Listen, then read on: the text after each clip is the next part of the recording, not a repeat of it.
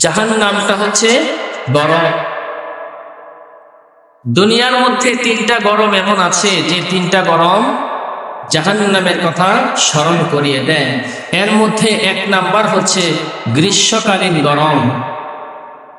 আমাদের এখন যে গরম চলতেছে এটা কোন কাল? গ্রীষ্মকাল। গ্রীষ্মকালীন গরম, এই গরমটা মানুষকে জাহান্নামের কথা স্মরণ করিয়ে দেয়।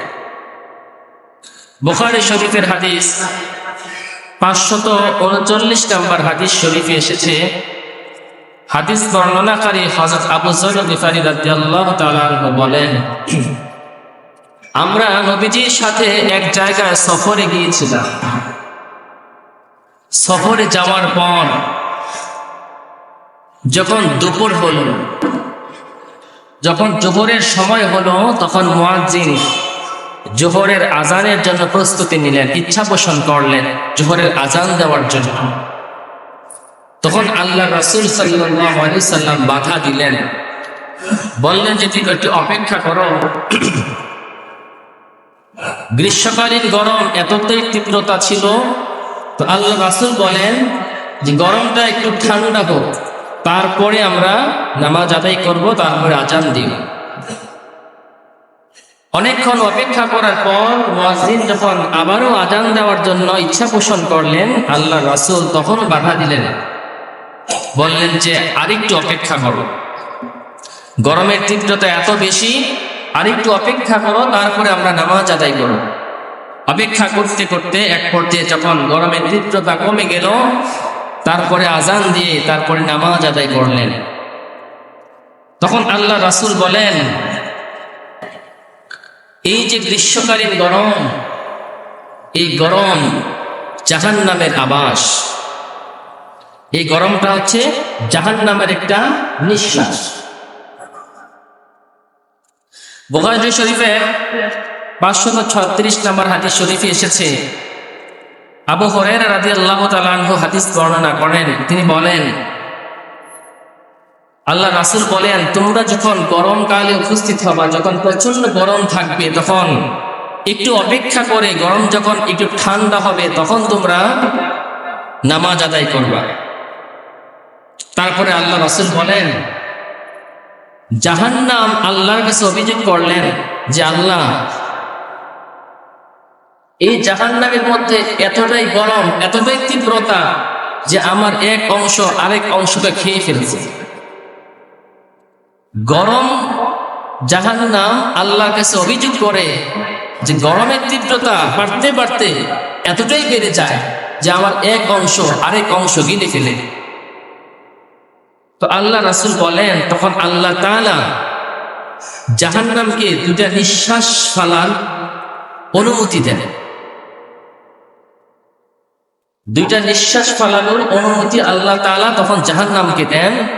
একটা নিঃশ্বাস হলো গরম, আর একটা নিঃশ্বাস হলো ঠান্ডা। আমরা যখন শীতকালে প্রচন্ড শীতের মধ্যে থাকি, শীতের তীব্রতা যখন প্রচুর বেড়ে যায়, এটাও জাহান্নামের একটা নিঃশ্বাস। আর এখন আমাদের যে গ্রীষ্মকালীন গরম, এই যে গরমের প্রচন্ড তীব্রতা, এটাও হচ্ছে জাহান্নামের একটা নিঃশ্বাস। তাহলে জাহান্নামের নিঃশ্বাস দুনিয়াতে নিক্ষেপ করার পর দুনিয়াতে টিকে থাকা মুশকিল হয়ে যাচ্ছে। আর যখন জাহান্নামীদেরকে আল্লাহ তাআলা জাহান্নামে পাঠাবেন, জাহান্নামে দিয়ে দিবেন, তখন অবস্থা কেমন হবে একটু চিন্তা করেন। আসলে কি জাহান্নামে টিকে থাকা আমাদের দ্বারা সম্ভব? জাহান্নামের আগুন এতটাই তীব্রতা, আল্লাহ রাসূল বলেছেন যে জাহান্নামের আগুনের তীব্রতা 70 ভাগের 1 ভাগ হচ্ছে দুনিয়ার আগুন। দুনিয়ার আগুনের মধ্যে 1 মিনিট আঙ্গুল রাখা সম্ভব না, 1 মিনিট দাঁড়িয়ে থাকা সম্ভব হয় না। এই তীব্রতা, এই গরম এর চেয়ে আরো 69 গুণ বেশি বৃদ্ধি করে জাহান্নামে আগুন রাখা হয়েছে।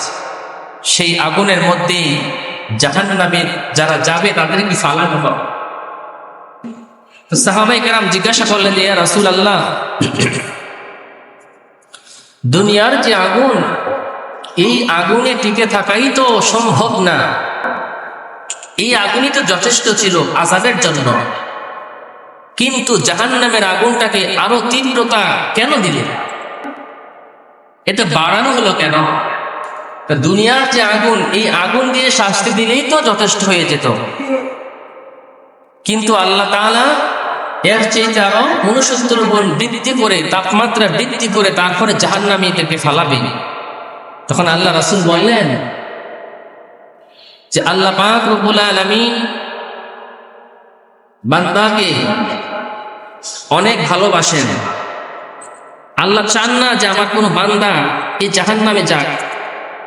মানুষকে বোঝানোর জন্য যে দেখো দুনিয়াবাসী, দুনিয়ার আগুন, এটার কাছে যাওয়া যায় কিন্তু হাত দিলে পড়ে যায়, কিন্তু জাহান্নামের আগুনের তীব্রতা এত বেশি, জাহান্নামের গরম হাওয়াও যদি মানুষের শরীরে লাগে তখন হাড্ডি থেকে গোশত আলাদা হয়ে যাবে, এতটাই তীব্রতা। তার মানে হচ্ছে তোমরা কখনোই এই জাহান্নামের আশা করো না। জাহান্নামে তুমি কিছুদিন থাকবে, কিছুদিন শাস্তি ভোগ করে আবার জান্নাতে যাবে, এই আশা তোমরা কখনোই কল্পনাও করিও না। আমাদের মধ্যে কিছু ইমানদার ভাই এমন আছে, আমরা যারা চিন্তা ভাবনা করি ইমান যেহেতু এনেছি, জাহান্নামে তো একদিন যাবই, এই একটা কনফিডেন্স আমাদের মধ্যে আছে।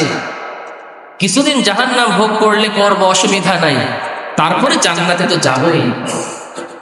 কিন্তু আল্লাহ রাসূল বলেন যে না না, এটা তোমরা কল্পনাও করিও না।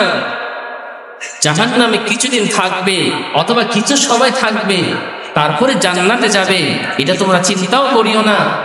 কারণ দুনিয়ার আগুনের মধ্যে যদি তুমি 5 মিনিট দাঁড়িয়ে থাকতে না পারো, তার চাইতে 69 গুণ বেশি বৃদ্ধি করে সে জাহান্নামের আগুন এতটাই তীব্র হবে, যখন তোমাকে ফালানো হবে তুমি কিভাবে কল্পনা করো যে ওই জাহান্নামের আগুন তুমি সহ্য করবে?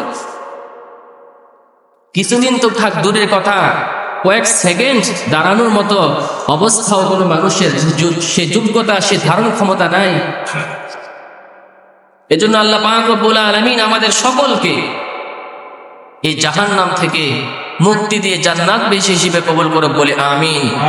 ভাইরা আমার, এই আগুন, এই গরমের থেকে আমরা শিক্ষা নিতে পারি যে জাহান্নামের একটা নিঃশ্বাস দুনিয়াতে ফালানোর কারণে যদি আমরা ঘরে বাহিরে, পশু পাখি মানুষ, আমরা ফ্যানের নিচে থেকে ঠান্ডার মধ্যে থেকেও আমরা অস্থিরতা অনুভব করি, আর হাসরের মাঠে যখন এই সূর্যটা যখন একেবারে চলে আসবে মাথার উপরে, ওই হাসরের মাঠে আমরা কিভাবে অপেক্ষা করব? 50,000 বছর অপেক্ষা করতে হবে বিচার শুরু হওয়ার আগেই। বিচার হবে তো পরে, দাঁড়িয়ে থেকে 50,000 বছর অপেক্ষা করতে হবে।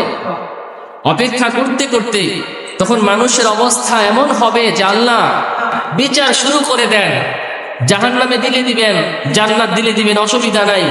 আর দাঁড়িয়ে থেকে সহ্য হচ্ছে না, বিচার করে প্রয়োজনে জাহান্নাম দিয়ে দেন, তারপর বিচারটা শুরু করেন। তাহলে মানুষের অবস্থা এমন হবে। আজকে এত দূরে সূর্য, এই সূর্যের তাপে রাস্তার পিচ গলে যায়, যেদিকে যান সেদিকে উত্তপ্ত, ঘরে বাহিরে কোথাও শান্তি পাচ্ছি না, অস্থিরতা কাজ করতেছে। এটাও আল্লাহ তাআলার একটা নিয়ামত, আমাদের শিক্ষা নেওয়ার জন্য।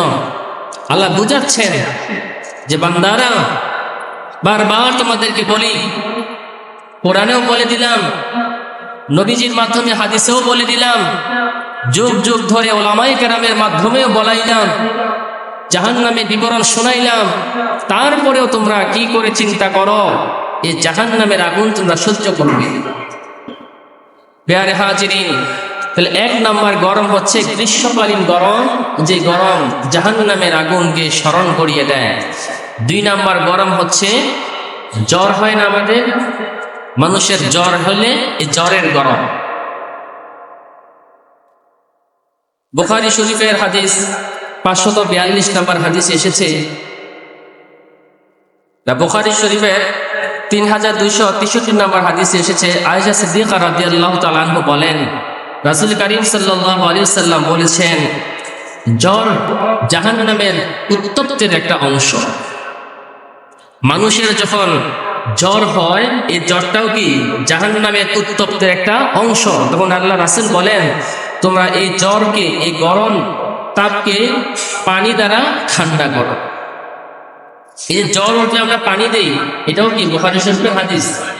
রাসূল সাল্লাল্লাহু আলাইহি ওয়াসাল্লাম বলেছেন যে তোমরা যখন জ্বর অনুভব করবে, তোমাদের শরীরের তাপমাত্রা যখন বৃদ্ধি পাবে, তখন তোমরা কি করো, পানি ঢেলে তখন এই গরমকে তোমরা ঠান্ডা করো।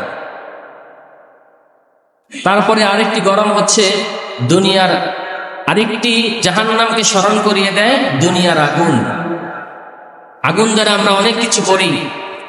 যখন আমরা আগুনের কাছে যাই, তখন আমাদের এটা স্মরণ করা উচিত যে দুনিয়ার আগুন সব কিছু ছারখার করে দিতে পারে। দুনিয়ার আগুন যেহেতু আমি সহ্য করতে পারবো না, জাহান্নামের আগুন তো আরো আগেই পারবো না। এজন্য আল্লাহ পাক রব্বুল আলামিন আমাদের সকলকে সেই জাহান্নামের আগুন থেকে বেঁচে থাকার তৌফিক দান করুক, বলি আমিন। প্যারে হাজিরিন, পবিত্র মাহে রমজান চলে গেছে। আমার তো মনে হয় রমজান মাসে জাহান্নামের দরজাগুলো বন্ধ ছিল, যার কারণে সারা পৃথিবী ঠান্ডা ছিল। রমজান শেষ, জাহান্নামের দরজা খুলে দেওয়া হয়েছে, আর সেই জাহান্নামের নিঃশ্বাস আমাদের উপরে এসে পড়েছে, যার কারণে চতুর্দিকে গরম আর গরম, সহ্য করার মতো না। মানুষ, পশু পাখি সব কিছুই জীবজন্তু অস্থির হয়ে যাচ্ছে। আল্লাহ তাআলা দ্রুতই আমাদেরকে রহমের দৃষ্টি দ্বারা আমাদেরকে, এই পৃথিবী, এই বাংলাদেশকে ঠান্ডা করে দেখ, বলি আমিন।